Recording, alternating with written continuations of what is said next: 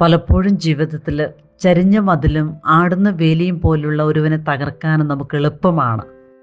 പക്ഷെ ദൈവമാണ് അവരുടെ അഭയമെങ്കിൽ, കോട്ടയെങ്കിൽ, ദൈവത്തിൽ മാത്രമാണ് അവരുടെ ആശ്രയമെങ്കിൽ ആർക്കും അവരെ തകർക്കാൻ പറ്റുകയില്ല.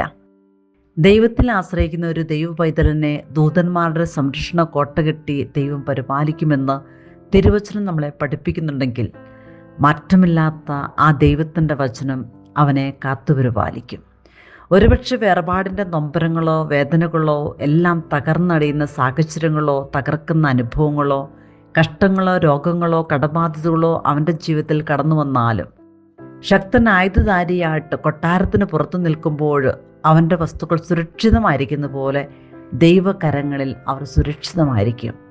ദൈവത്തെ നോക്കി യാത്ര ചെയ്യുമ്പോൾ ദൈവം നമ്മുടെ രക്ഷകനായിട്ട് നമ്മുടെ കൂടെ ഉണ്ടാകും.